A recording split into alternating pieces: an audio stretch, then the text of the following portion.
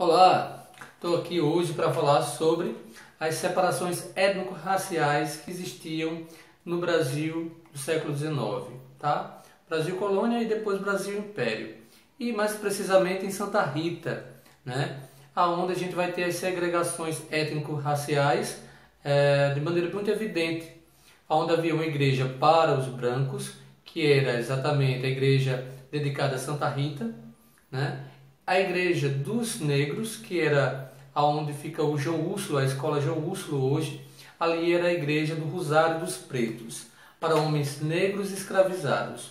E como havia uma grande quantidade de pessoas, de homens negros livres, né, chamados de pardos, eles construíram em 1851 a igreja da Conceição.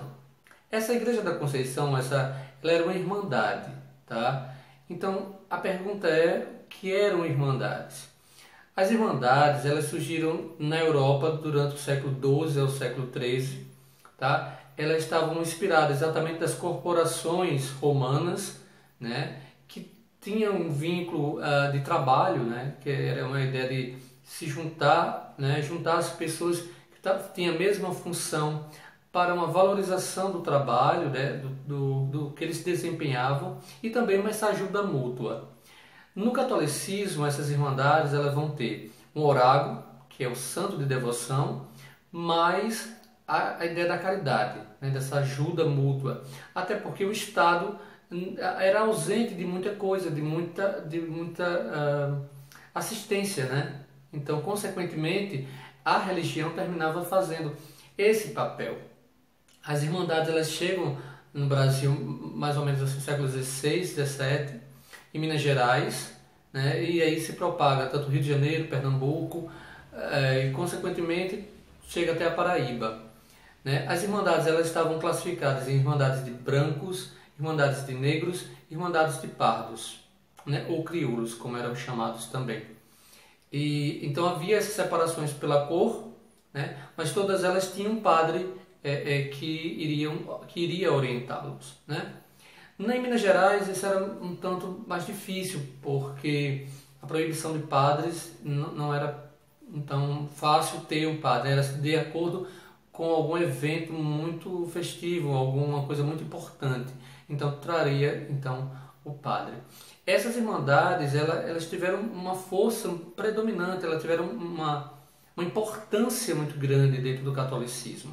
A Europa passa pelo um protestantismo, né, um crescimento do protestantismo, e a Igreja Católica vê isso como uma coisa boa no Brasil, né, deixando nas mãos dos leigos, né, as irmandades. Só que elas terminam tendo tanto poder e o catolicismo ficou tão misturado com outras culturas. Por exemplo, as irmandades de negros, Brasil colônia e início de império também, elas têm muita influência das religiões de matrizes africanas. Na Paraíba a gente vai ter Santa Luzia, né, que tem o Rei do Congo, né? Na Bahia a gente tem a Irmandade da Boa Morte, né, que tem um ritual secreto fechado. É interessante essa separação de irmandades de negros, né, que havia o Rei do Congo. Então era uma forma de resistência, dizer, os brancos têm o seu rei, nós também temos o nosso rei, né? Então eles criavam o Rei do Congo, que era exatamente aquele que poderia pagar mais, tá? Aquele que poderia comprar esse título de rei. Lembrando a vocês, o que vai caracterizar as irmandades, exatamente, todas elas vão ter uma carta de compromisso, que a gente também pode chamar de ordem de compromisso. A da Igreja da Conceição, ela foi aceita pelo Estado em 1866, né?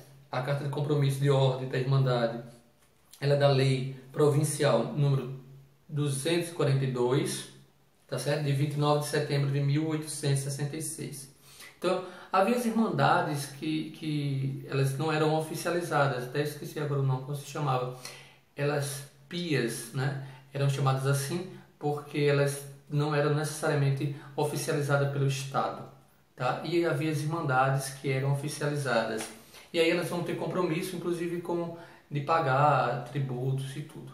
Aquele que era membro da Irmandade, esse também tinha um compromisso de pagar tributos.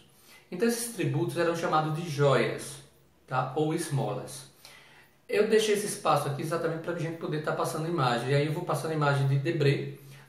Uma das particularidades da Igreja da Conceição que eu vi na carta, e não encontrei outras assim, era a ideia da assistência ao filho do irmão. Era chamado de irmãos todos aqueles que faziam parte da Irmandade.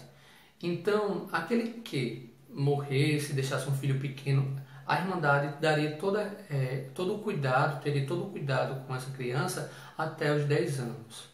Lembrando que uma criança do século XIX, com 10 anos, já era uma pessoa praticamente responsável por si, porque poderia trabalhar, né?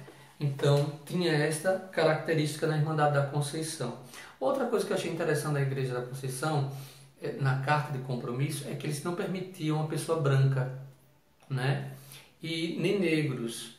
Então, por exemplo, os pardos que construíram essa Irmandade, eles eram alfabetizados, né? Então, consequentemente, eles teriam toda essa documentação. Por falar em documentação, o cronista Lappenberg Medeiro, em 1948, em apontamentos, ele diz que essa documentação estava se deteriorando. Então, a última notícia que eu tenho sobre a documentação desta Irmandade é em 1948, que ela já estava se deteriorando, né? Então, quer dizer, acabou a documentação. Quando eu fiz a pesquisa, o que eu consegui foi a documentação que foi oficializada. Então, o que era preciso para fazer parte de uma Irmandade, né? Primeiro, ser um homem de boa índole. Então, ser um bom cristão, um bom católico. Então, consequentemente, era necessário ter uma postura ética, uma postura religiosa para fazer parte dessa Irmandade. Segunda coisa, ajuda mútua. Ou seja, essas contribuições que vinham anualmente, que era chamado de joias ou esmolas, elas serviriam também para se ajudarem, tá? O terceiro ponto era fé no oráculo, que é o santo de devoção, no caso da Igreja da Conceição, era Nossa Senhora da Conceição. E a mesa regedora, todas elas tinham uma mesa regedora, que era um conjunto de pessoas que iriam organizar os compromissos da OER após a proclamação da República, né? A gente tem a libertação da escravatura e muito próximo a gente tem a proclamação da República. E pouco a pouco esse grupo ele foi inserido dentro da Igreja dos Brancos, que era a matriz de Santa Rita. Eu espero que com esse vídeo eu tenha esclarecido um pouco mais para vocês e vai ter sempre imagens que eu passando aqui na lateral. Se vocês gostaram, curta aí e compartilhe.